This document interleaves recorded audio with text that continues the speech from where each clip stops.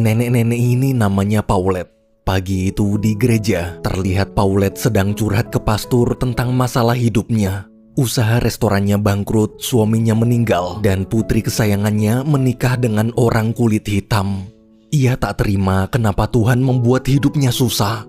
Tuhan gak adil.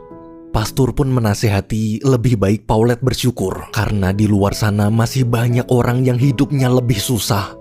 Namun meski sudah dinasehati, Paulette masih tetap terus menyalahkan Tuhan. Mendengar itu, pastor istighfar. Selesai curhat, Paulette mampir ke pasar. Demi bisa dapat sayuran gratis, dia sampai rela rebutan sayur di tempat pembuangan.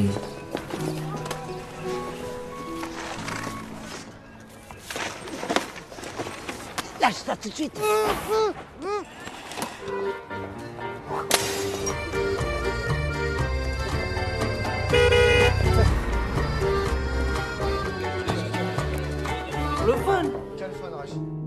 Malamnya di rumah, karena hari ini hari anniversary pernikahannya, Paulette dandan cantik, lalu menyiapkan makan malam romantis.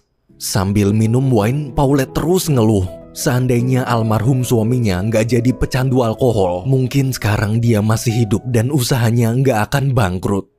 Besok malamnya, waktu lagi mulung barang-barang bekas, Paulette nggak sengaja melihat ada anak muda lagi transaksi jual beli barang misterius. Pas tahu tuh bocah dibayar uang segepok, Paulette penasaran apa yang sebenarnya dia jual. Besok paginya, putri Paulette yang bernama Agnes berkunjung ke rumah. Saat tahu Agnes mau menitipkan putra kulit hitamnya yang bernama Leo, Paulette kesal. Semenjak Agnes menikah dengan orang kulit hitam, hubungan ibu anak itu jadi renggang. Bahkan Paulette sampai nggak mau mengakui Leo sebagai cucunya. Setelah Agnes pergi, waktu sedang makan, Leo bertanya kenapa nenek nggak suka sama dia. Paulette pun menjawab dia nggak suka soalnya Leo hitam. Mendengar itu, Leo istighfar. Sorenya, suami Agnes yang bernama Osman berkunjung ke rumah Paulette bersama atasannya. Osman ini polisi. Awalnya Paulette jutek, tapi pas Osman bilang kalau dia lagi nyari anak muda yang kemarin malam transaksi barang di sekitar sini, Paulette langsung nyuruh masuk. Waktu ngobrol di dalam, saat tahu ternyata tuh bocah pengedar ganja, Paulette malah nanya-nanya berapa penghasilan pengedar. Atasan Osman cerita dalam 1 tahun, pengedar eceran aja bisa dapat cuan sampai 500.000 euro atau 8 miliar rupiah. Mendengar itu, dalam hati Paulette mulai tertarik. Besoknya, ketika Paulette sedang mengintai markas para pengedar ganja, tiba-tiba ada debt collector datang. Karena udah lama nunggak hutang, mau nggak mau barang-barang Paulette harus disita. Paulette pun cuma bisa pasrah. Malamnya, setelah tahu lokasi markas pengedar ganja, Paulette nekat menemui bos pengedar yang bernama Vito. Saat bertemu, tanpa basa-basi, Paulette langsung bilang kalau dia mau gabung jadi pengedar juga. Vito dan anak buahnya malah ketawa ngakak lalu mengusir si nenek. Keesokan harinya, karena masih belum nyerah, Paulette terus memantau pergerakan para pengedar di balik tong sampah. Di tengah pemantauan, mendadak ada pengedar lagi dikejar polisi. Pas si pengedar ngebuang barang bukti, ganjanya malah nggak sengaja jatuh ke tangan Paulette. Dengan semangat, Paulette langsung mengantar ganja itu ke Vito. Ketika bertemu, karena udah nyelamatin ganjanya dari polisi, Paulette minta Vito mengizinkannya jadi pengedar juga. Kalau yang jualan nenek-nenek, Paulette yakin polisi pasti nggak akan curiga. Mendengar itu, Vito berkata, "Iya juga ya." Untuk percobaan, Vito memberikan Paulette 100 gram dulu. Jika bisa terjual habis, dia bakalan ngasih komisi 10%. Paulette pun setuju.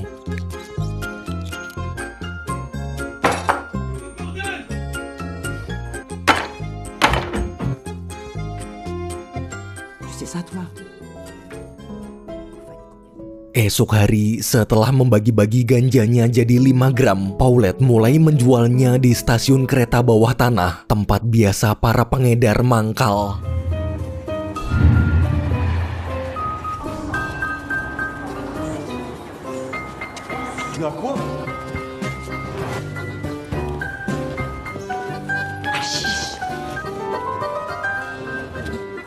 Travaille pour les flics? Tu bicraves. La vie de ma... Vas-y, casse-toi, je te dis là. Et toi? Combien là-bas? Vous êtes là-bas. T'inquiète, mamie. C'est là. On sait qu'il me refile de la merde.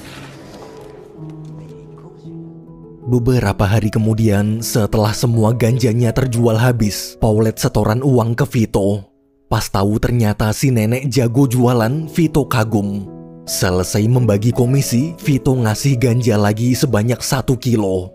Dengan semangat, Paulette pulang. Namun di jalan, Paulette papasan sama polisi yang sedang patroli. Ketika anjing pelacak mengejarnya, Paulette panik.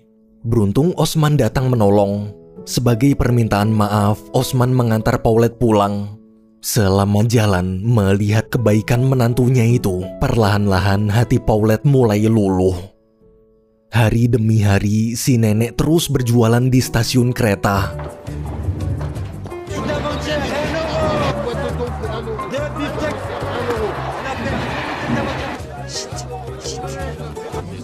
Allez, dégage. Ouais, j'en peux bien. Allez, à plus. On a encore de ton truc? 5 barrettes. Karena dagangannya laku keras, kini keuangan Paulette mulai membaik. Dia juga sudah bisa membayar tagihan-tagihan yang selama ini nunggak. Hingga suatu hari, ketika ingin berangkat ke stasiun, Paulette dihadang para pengedar lain. Mereka kesal semenjak ada Paulette, pelanggan mereka direbut. Tanpa belas kasihan, mereka menghajar lalu merampas uang dan ganja milik Paulette. Paulette juga diancam jika masih nekat jualan, mereka nggak akan segan-segan menghabisinya. Malamnya di rumah, karena sekarang ganjanya tinggal sedikit dan uang setorannya habis dirampas, Paulette bingung gimana melaporkannya ke Vito. Mau nggak mau dia harus muter otak. Besok paginya, ketika Paulette sedang uji coba bikin kue brownies pakai ganja, Agnes datang nitipin Leo lagi. Setelah Agnes pergi, Paulette lanjut ke dapur. Di dapur, melihat toples ganja milik nenek, Leo bertanya apa isi toplesnya. Saat Paulette marah dan menyuruh jangan ikut campur, mendadak penyakit jantungnya kambuh. Beruntung Leo buru-buru ngasih obat. Waktu kondisinya membaik, Leo langsung memeluk Paulette sambil bilang kalau dia nggak mau kehilangan nenek. Mendengar itu, Paulette akhirnya sadar. Cucu yang selama ini dia benci ternyata sangat menyayanginya. Sore hari setelah Leo pulang, Paulette mengundang teman-temannya ke rumah untuk mencicipi kue brownies buatannya. Awalnya Paulette mengira kue ganjanya gagal. Namun perlahan-lahan teman-temannya mulai mabuk dan ketawa nggak jelas. Paulette pun senang resep kuenya berhasil. Malamnya demi menutupi kerugian sekaligus mengelabui para pengedar lain, Paulette mulai membuat kue brownies pakai sisa ganja yang ada.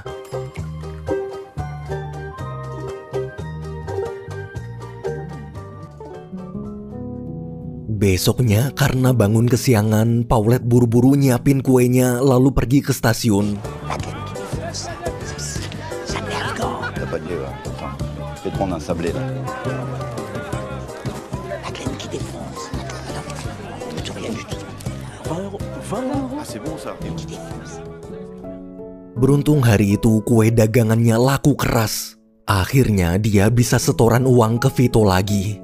Sebelum pulang, Paulette nego. Di setoran selanjutnya, dia minta komisinya naik jadi 30%. Karena si nenek adalah pengedar terbaiknya, Vito pun setuju.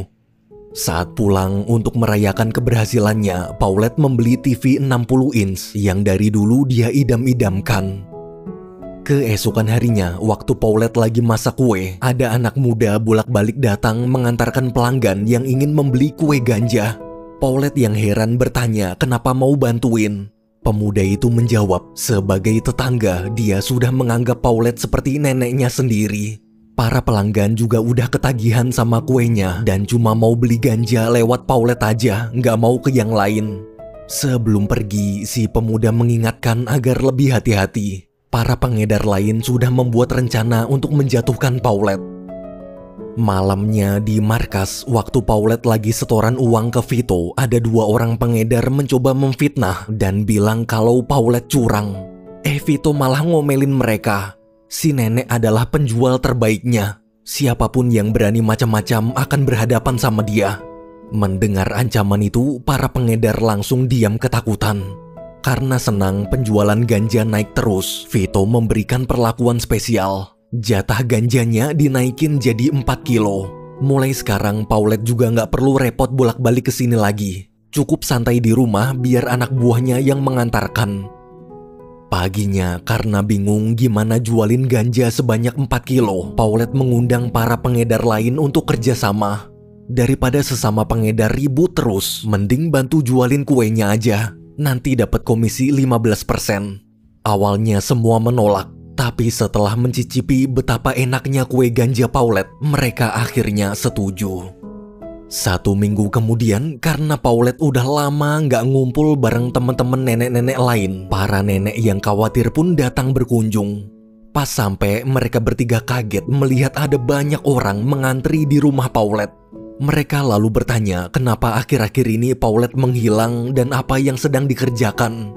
Gara-gara diancam putus pertemanan, Paulette terpaksa jujur. Sebenarnya selama ini dia jualan ganja. Dia udah bosen jadi orang miskin. Paulette juga ngajak mereka kerja bareng. Mendengar tawaran itu, tanpa pikir panjang, teman-temannya langsung membantu. Beberapa hari berlalu, suatu siang Osman dan rekannya yang sedang patroli mampir ke rumah Paulette. Rekan Osman di situ curiga, sepertinya ada yang tak wajar dengan usaha kue Paulette. Kenapa pembelinya kebanyakan seperti orang-orang berandalan yang biasa make narkoba? Pas lagi ngobrol, mereka nggak sengaja melihat 2 kurir ganja keluar dari dapur. Waktu mau ngejar, tiba-tiba di depan pintu ada kakek-kakek bernama Walter bawa bunga mau ngajak Paulette kencan makan malam romantis. Teman Paulette pun buru-buru mengusir Osman dan rekannya, soalnya Paulette harus siap-siap dandan biar nanti malam cantik. Malam harinya, Walter dan Paulette dinner di restoran. Selesai kencan, sepulang ke rumah, semalaman Paulette tak bisa tidur. Satu sisi dia merasa bersalah telah melupakan suaminya dan dekat dengan pria lain. Namun di sisi lain dia juga tak bisa membohongi perasaannya. Sekarang ini dia merasa sangat bahagia. Karena bimbang, besoknya Paulette pergi ke gereja lagi untuk curhat. Dia cerita ke pastor, alhamdulillah akhir-akhir ini hidupnya sudah mulai berubah lebih baik. Orang-orang yang dulu dia benci ternyata tak seburuk yang dia kira. Karena tahu tuh nenek nggak bisa dinasehatin, pastor cuma berkata, ambil hikmahnya aja. Mungkin pekerjaan Paulette sekarang memang pekerjaan dosa, soalnya jualan barang terlarang. Tapi gara-gara pekerjaan ini juga, Paulette bisa berubah jadi lebih baik. Memang aneh, namun Tuhan menyayangi kita dengan caranya sendiri. Cara yang kadang tak masuk akal manusia. 1 minggu kemudian di akhir pekan, Paulette mengantarkan Leo pulang ke rumah Agnes. Ketika Paulette memberi uang untuk putri dan cucunya, Agnes menolak. Sambil menahan tangis, Agnes meluapkan amarahnya. Kenapa baru sekarang ibu perhatian? Dari dulu kemana aja? Saat dia butuh banget peran seorang ibu, ibu tak pernah ada untuknya. Sekarang dia nggak butuh uang ibu. Mendengar ucapan putri kesayangannya, Paulette hanya terdiam merasa bersalah. Di sisi lain, waktu Vito lagi asik nonton TV, tiba-tiba anak buahnya memberitahu kalau bos besar yang bernama Taras mau bertemu Paulette nanti malam. Malamnya, anak buah Taras datang menjemput Paulette dan mengantarkan ke mobil. Pas masuk, di dalam sudah ada Taras, Vito, dan para bodyguard yang mukanya serem. Mereka pun saling berkenalan. Taras memuji ide brilian Paulette yang sukses membuat kue ganja. Taras selalu menyuruh, mulai sekarang Paulette juga harus menjual kue ganjanya ke anak-anak kecil di sekolah agar saat sudah besar nanti mereka jadi pecandu dan pelanggan kita akan semakin banyak. Mendengar perintah barusan, Paulette kaget tapi dia tak berani melawan. Karena senang dengan kinerja si nenek, Taras menawarkan Paulette untuk menggantikan posisi Vito jadi bandar ganja. Bukan nawarin, tapi maksa. Detik itu juga Vito dipecat dan ditendang keluar mobil. Demi merayakan kenaikan jabatan Paulette, Taras ngajak nyanyi karaokean bareng.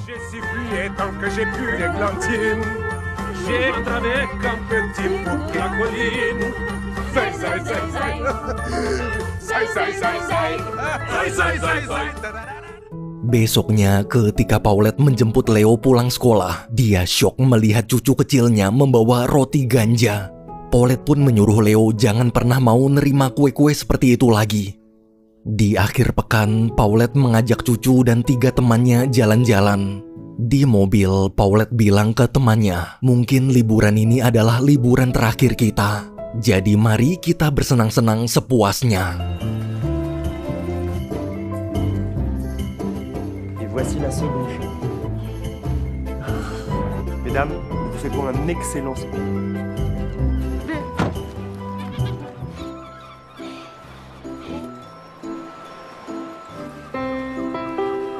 Je ne me souvenais pas que c'était aussi beau.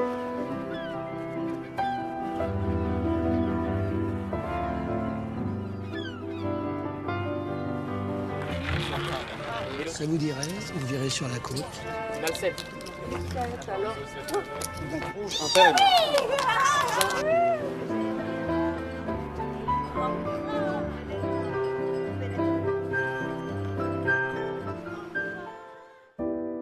Pagi harinya di balkon hotel, Paulette mengajak cucunya ngobrol berdua dari hati ke hati. Paulette cerita mungkin hidup nenek sudah tak akan lama lagi karena kemarin nenek memutuskan untuk melawan perintah bos nenek yang ingin menjual kue ganja ke sekolah. Paulette merasa ini sudah kelewatan. Dia tak mau meracuni anak-anak kecil seusia cucunya. Siangnya sepulang liburan, ketika Paulette baru sampai apartemen, dia kaget melihat kondisi rumahnya yang berantakan. Di dalam, Vito dan anak buahnya sudah menunggu. Vito lalu menodongkan pistol sambil bilang inilah ganjaran jika berani menolak perintah bos besar. Tak hanya menghancurkan rumah, tadi di jalan mereka juga menculik Leo. Bila Paulette masih nggak mau nurut, maka Leo akan mereka siksa. Di tengah obrolan, tiba-tiba terdengar suara ketukan pintu. Ternyata kebetulan Osman dan rekannya datang berkunjung.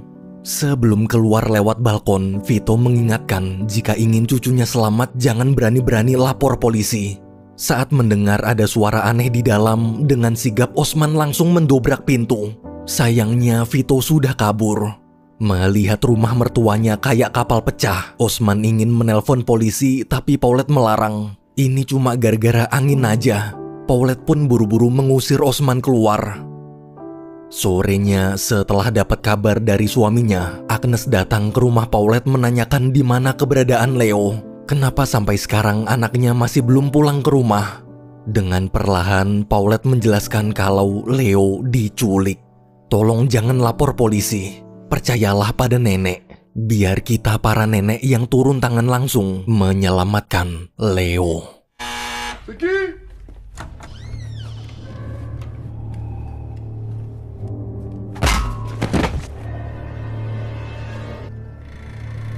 On te bouffe les couilles. Alors, moi. D'où tu poses ton arme, on en parle. Libère le gaz à part.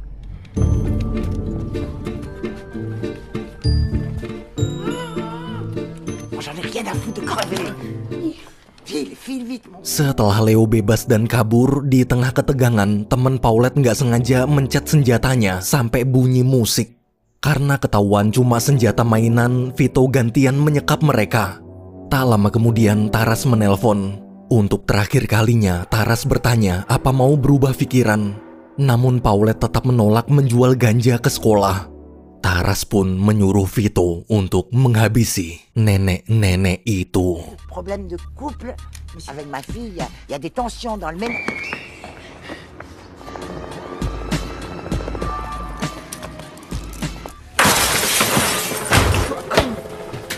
Beruntung para polisi datang tepat waktu menyelamatkan mereka. Osman cuma bisa geleng-geleng heran ngeliat kelakuan mertuanya. Paulette pun tertunduk malu. Meski selamat, tapi karena ketahuan terlibat dalam sindikat perdagangan barang terlarang, nenek-nenek itu terpaksa harus ikut dijebloskan ke penjara. Keesokan harinya, berita tentang Paulette viral. Warga pun demo di depan kantor polisi menuntut para nenek dibebaskan. Mereka hanyalah korban yang dimanfaatkan dan dipaksa untuk jadi pengedar. Karena besarnya tuntutan warga dan karena mempertimbangkan usia yang sudah tua, keempat nenek itu akhirnya dibebaskan.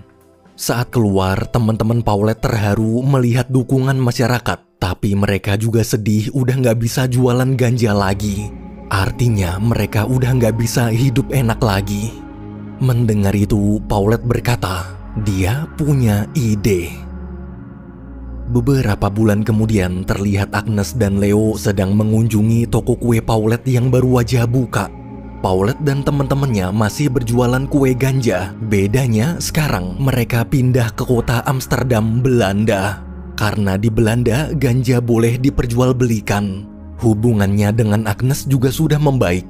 Paulette bersyukur di masa tuanya ini tak hanya hidup enak, tapi dia juga hidup bahagia. Tuhan yang awalnya dia kira jahat dan tak adil, ternyata sangat mencintainya. Mencintai dengan cara yang berbeda.